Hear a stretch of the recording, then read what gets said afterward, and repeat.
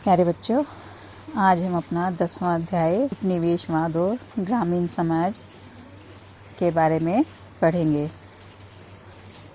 इसके विभिन्न विषय पढ़ने से पहले मैं आपको थोड़ा सा इस अध्याय के बारे में बता देती हूँ कि अंग्रेज़ जब भारत में आए, धीरे धीरे उपनिवेशवाद का युग शुरू हुआ। नए खोजे गए स्थानों पर अपने उपनिवेश बनाने की होड़ लग गई थी। तो अंग्रेज़ों ने भारत में जब अधिकार किया तो यहाँ पर ऐसी आर्थिक नीतियों को अपनाया जिसका मुख्य उद्देश्य था ब्रिटेन के कारखानों के माल का उपभोक्ता और कच्चे मालों का निर्यातक बनाना। मतलब क्या है कि वो भारत से अपने कारखानों के लिए कच्चा माल प्राप्त करना चाहते थे और दूसरा अपने कारखानों में बने हुए माल को भारत में बेचकर धन कमाना चाहते थे। दोनों तरफ से उनको आर्थिक लाभ था कि कच्चा माल सस्ते दामों पर लेकर जाते थे और अपने कारखानों में बना हुआ उसी कच्चे माल से माल को महंगे दामों पर बेचते थे। तो आर्थिक रूप से भारत को पूरी तरह से उन्होंने अपने अधीन कर लिया था और इतने तरीक़ों से उन्होंने भारतीय संपत्ति और संसाधनों का दोहन किया कि वो भारत, जो कि प्राचीन काल से ही सोने की चिड़िया के नाम से प्रसिद्ध था, एक दरिद्र देश बनकर रह गया।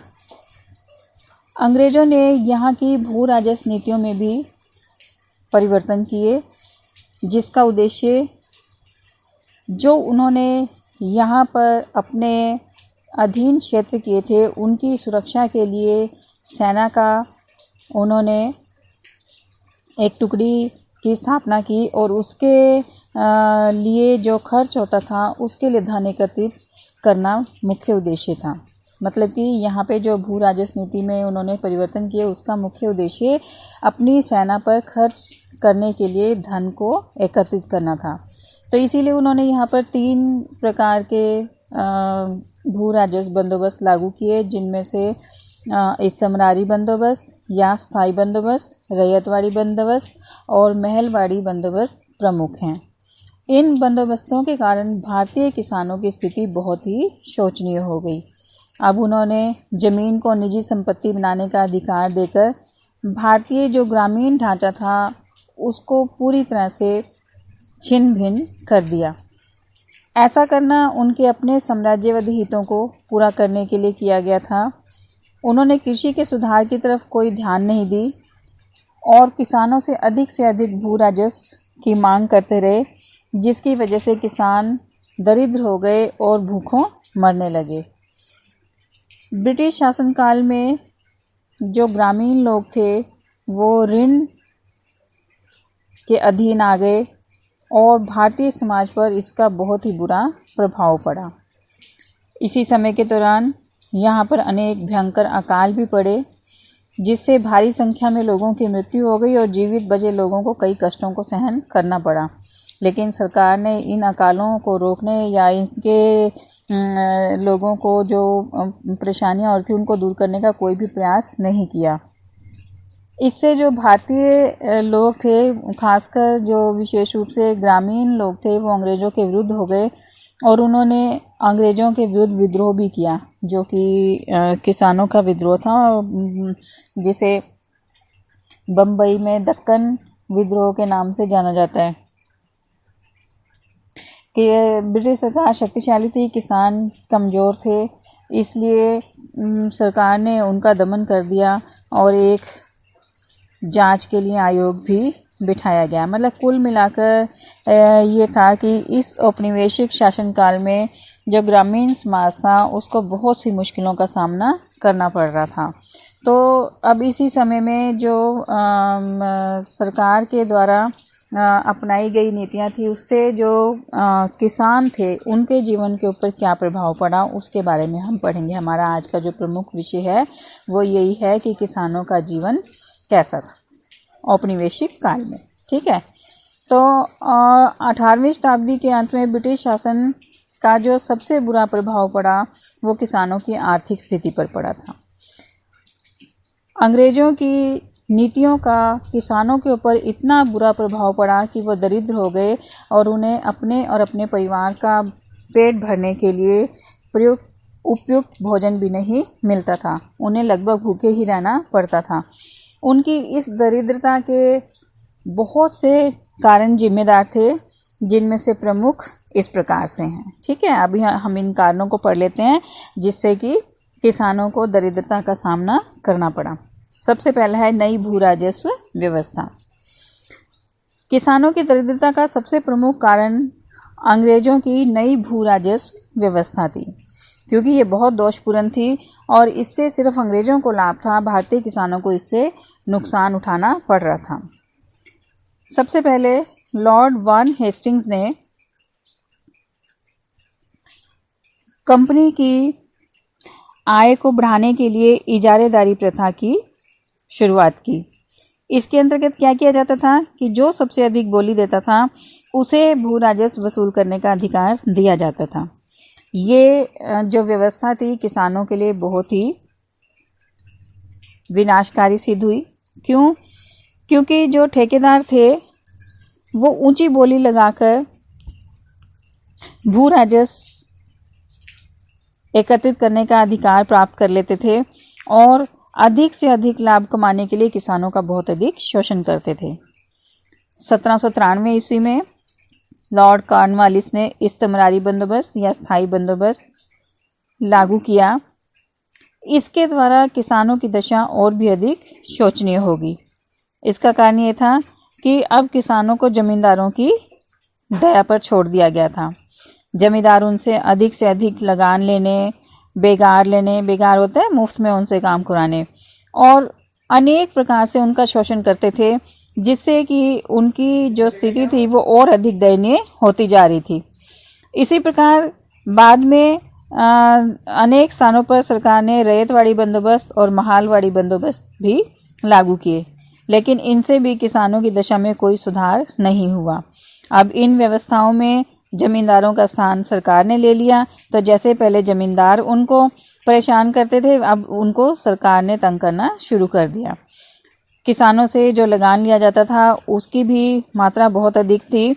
इससे अब जो भी नीतियां लागू की गई, जो भी व्यवस्था लागू की गई, उससे किसानों को बहुत मुश्किलों का सामना करना पड़ा और हर प्रकार से किसानों का शोषण किया जाने लगा। तो जो ये भू व्यवस्था थी नई अंग्रेजों के द्वारा शुरू की गई थी, ये भी किसानों की गरीबी और कर्जदारी के लिए प्रमुख रूप से जिम्मेदार थी। फिर दूसरा है कृषि पर जनसंख्या का दबाव। किसानों की दरिद्रता का अन्य कारण ये था कि किसानों के खेत जो थे वो छोटी छोटी जोतों में विभाजित हो गए थे। जोतें क्या होती है? छोटे छोटे भागों में या टुकड़ों में।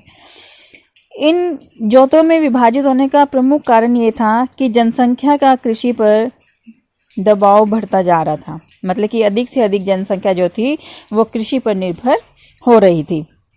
और दूसरा, हिंदू उत्तराधिकार कानून के कारण भी जो खेत थे वो छोटी छोटी जोतों में बंट गए थे, और कहा जाता है कि कुछ जोतें तो इतनी छोटी थी कि उनके ऊपर हल चलाना भी संभव नहीं था।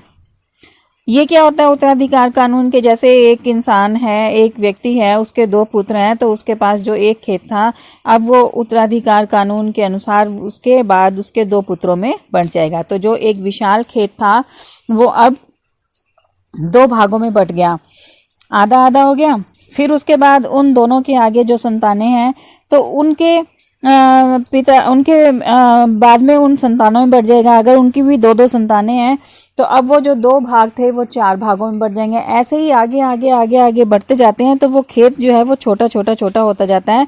तो उनको छोटी जोतों के नाम से जाना जाता है, और वो इतने छोटे छोटे हो गए थे कि उनके ऊपर हल चलाना भी संभव नहीं था। इसके साथ साथ भारत के लघु उद्योगों का भी पतन होना शुरू हो गया था। इसलिए जो उद्योगों में शामिल लोग थे, अब उन्होंने भी अपनी आजीविका के लिए कृषि पर आश्रित होना शुरू कर दिया था। उन्होंने कृषि को अपना लिया था। अधिकतर किसान अपने परिवार का भरण पोषण नहीं कर पा रहे थे, क्योंकि इतना अनाज ही उत्पन्न नहीं हो रहा था, और बाकी लगान इत्यादि देने में ही उनका सारा जो अनाज था या धन था वो खर्च हो जाता था। तो इसलिए उनको बहुत सी मुश्किलों का सामना करना पड़ रहा था और वह दरिद्र होते जा रहे थे। फिर सरकार द्वारा कृषि सुधारों की उपेक्षा। सरकार ने कृषि के क्षेत्र में सुधार लाने की तरफ कोई भी विशेष ध्यान नहीं दिया, ना ही आधुनिकीकरण के साधनों को अपनाने का प्रयास किया। उनका मुख्य उद्देश्य सिर्फ किसानों से अधिक भू राजस्व एकत्रित करना था। वो सिर्फ धन एकत्रित करके अपने जीवन को सुखमय बनाना चाहते थे, लेकिन किसानों की परेशानियों की तरफ उन्होंने कोई भी ध्यान नहीं दिया। सरकार ने इस आय को प्रशासन की आवश्यकताओं और ब्रिटिश व्यापार और उद्योग के हितों को साधने में खर्च किया। ना तो उन्होंने सिंचाई के साधनों को उन्नत किया और ना ही किसानों को शिक्षित करने की ओर उन्होंने कोई ध्यान दिया। इसलिए जहां भारतीय कृषि पिछड़ी हुई थी, वहां किसानों की दरिद्रता भी बढ़ गई। तो सरकार की इन नीतियों के कारण किसान दिन प्रतिदिन दरिद्र होते जा रहे थे। अगला है भू राजस्व वसूल करने के कठोर तरीके। अंग्रेजी सरकार ने किसानों पर अत्यधिक भू राजस्व लगाया था। इस भू राजस्व को सरकार बहुत ही कठोरता से वसूल करती थी, चाहे उनकी फसलें किसी भी कारण से नष्ट हो गई हों या सामान्य से कम रही हों या कोई भी उनको परेशानी हो, लेकिन किसानों को हर अवस्था में लगान निश्चित समय पर सरकार या जमींदार के पास जमा करवाना पड़ता था। और अगर ऐसा नहीं करते थे तो उनकी ज़मीन को नीलाम कर दिया जाता था। जब उनकी ज़मीन नीलाम हो जाती थी तो वो खाने और अपने परिवार का पालन पोषण भी नहीं कर सकते थे। इसलिए किसानों की दशा और भी अधिक दयनीय होती चली गई और वो दरिद्रता की तरफ बढ़ते गए। अगला है सरकार और किसानों के मध्य बिचौलियों की संख्या का बढ़ना।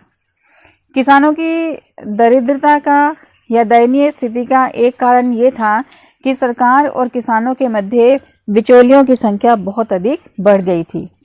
सरकार ने किसानों से भू राजस्व वसूल करने की जिम्मेदारी जमींदारों को सौंपी थी, लेकिन जमींदार क्या करते थे, वो एक निश्चित धनराशि लेकर ये अधिकार किसी दूसरे व्यक्ति को दे देते थे और ये क्रम आगे चलता रहता था। वो व्यक्ति किसी अन्य व्यक्ति को धनराशि देकर, निश्चित धनराशि देकर उसको अधिकार दे देता था भू राजस्व एकत्रित करने का। इसके बाद वो व्यक्ति भी, मतलब ऐसे करते करते करते कहा जाता है कि उस समय बिचौलियों की संख्या लगभग 50 तक पहुंच गई थी। किसान और सरकार के बीच में भू राजस्व एकत्रित करने वाले बिचौलियों की संख्या लगभग 50 हो गई थी और ये सभी जो बिचौलिए थे वो कृषि उत्पादन के किसी भी कार्य में हिस्सा नहीं लेते थे। ये बिचौलिए बिना किसी काम के लाभ कमाते थे, किसानों के उत्पादन का हिस्सा लेते थे और उन पर आश्रित हो गए थे। इनके सभी के द्वारा किसान जो थे वो शोषित होते थे और इसी कारण से किसानों का जीवन दयनीय या दुखमय हो गया था। अगला है साहूकारों द्वारा किसानों का शोषण। किसानों की दरिद्रता के कारणों में से एक कारण ये भी था कि साहूकारों द्वारा उनका शोषण किया जा रहा था। किसान फसल अच्छी न होने पर जमींदार या सरकार को भू राजस्व देने के लिए साहूकार से कर्ज लेते थे। अगर वो कर्ज नहीं लेते थे तो उनकी जमीन को नीलाम कर दिया जाता था, तो इसलिए मजबूरी में उनको साहूकार से कर्ज लेना पड़ता था। इसके साथ साथ अगर परिवार में जन्म, मृत्यु, शादी या कोई भी अन्य खुशी का मौका होता था तो उस समय उनको खर्च करने के लिए साहूकार से कर्जा लेना पड़ता था। अब इस खर्चे के लिए उनको साहूकार के द्वारा जितनी भी ऊंची दरों पर कर्ज दिया जाता था वो कर्ज लेना ही पड़ता था। कहा जाता है कि कई बार ये कर्ज की दर जो थी वो 200 से 300 गुना अधिक होती थी। और दूसरा क्या होता था कि कई बार जो साहूकार थे वो किसानों की अनपढ़ता का भी लाभ उठाते थे और उनको धोखा देने से भी परहेज नहीं करते थे। अगर कोई किसान एक बार साहूकार के चंगुल में फंस जाता था कर्ज लेने के लिए, तो बाद में उसका बाहर निकलना लगभग असंभव ही हो जाता था। वो ब्याज चुकाते चुकाते उसकी मूल रकम तो वैसे ही रह जाती थी, और ब्याज चुकाते चुकाते चाहे उसकी मृत्यु हो जाए तो उसकी आगे संतानों को वो कर्ज चुकाना पड़ता था। तो इसलिए जो किसान थे, अगर वो साहूकारों से कर्ज ले लेते थे तो पूरी ज़िंदगी कर्जदार ही बने रहते थे। तो साहूकारों के द्वारा भी किसानों का जमकर शोषण किया गया और इससे उनको दरिद्रता का सामना करना पड़ा। अगला है, किसानों को शीघ्र फसल बेचने के लिए बाध्य होना पड़ना। किसानों की दरिद्रता का एक अन्य कारण यह था कि उन्हें अपनी फसलों को तैयार होने के बाद शीघ्र ही बेचने के लिए मजबूर होना पड़ता था, क्योंकि उन्हें सरकार या जमींदार का लगान या साहूकार का कर्ज चुकाना पड़ता था। ऐसी स्थिति में व्यापारी, जो कि गांव का साहूकार ही होता था, पूरा लाभ उठाता था। वो किसानों से बाजार से कम कीमत पर अनाज खरीद लेता था और किसानों को अपनी मेहनत से उगाई गई फसलों का उचित मूल्य नहीं मिलता था, और समय पर लगान जमा करवाने के लिए, साहूकार का कर्ज चुकाने के लिए उनके पास इतना समय नहीं होता था कि वो बाहर मंडियों में या बाज़ारों में जाकर अच्छे मुनाफे पर अपनी फसलों को बेच सके।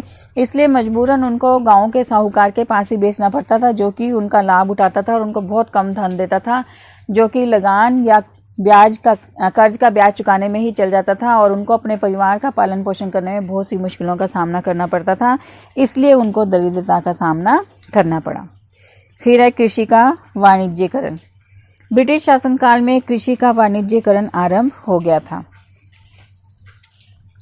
इसका कारण ये था कि किसान उन फसलों जो कि बाजार में जिनकी बहुत मांग थी उनका ही उत्पादन करने लगे थे, जैसे कपास, पटसन, नील, चाय, गन्ना इत्यादि। इन फसलों की बाजार में बहुत ज़्यादा मांग थी, बिक तो जाती थी, लेकिन इससे किसानों को कोई लाभ नहीं होता था। इसका कारण ये था कि ये फसलें जिन कृषि फार्मों या बागों में बोई जाती थी, उनके मालिक जो थे वो अंग्रेज़ थे, तो उसका लाभ भी उन्हें ही मिलता था। किसानों को इससे कोई भी लाभ नहीं होता था। और अन्य कृषि फार्म जिनके मालिक अंग्रेज़ नहीं होते थे, वहाँ के किसानों को अपनी फसलें कम कीमत पर बेचने के लिए मजबूर किया जाता था। तो इससे जो किसान थे वो दोनों तरफ से उनको मुश्किलों का सामना करना पड़ता था, और ब्रिटिश शासनकाल की जो नीतियाँ थी उसके द्वारा भारतीय किसान दरिद्रता के चंगुल में फंसते चले गए, जिससे निकलना उनके लिए बहुत ही मुश्किल काम था। तो जो ये उपनिवेशवाद का काल था, जब अंग्रेज़ों ने यहाँ पर अधिकार कर लिया था, तो उस समय के दौरान अंग्रेज़ों के द्वारा अपनाई गई नीतियों के कारण किसानों का जीवन जो था वो बहुत ही दयनीय हो गया था, शोचनीय हो गया था, और इतने दरिद्र हो गए थे कि उन्हें भरपेट भोजन भी नहीं मिलता था। तो ये थे अनेक कारण जिससे किसानों का जीवन शोचनीय बन गया था। धन्यवाद।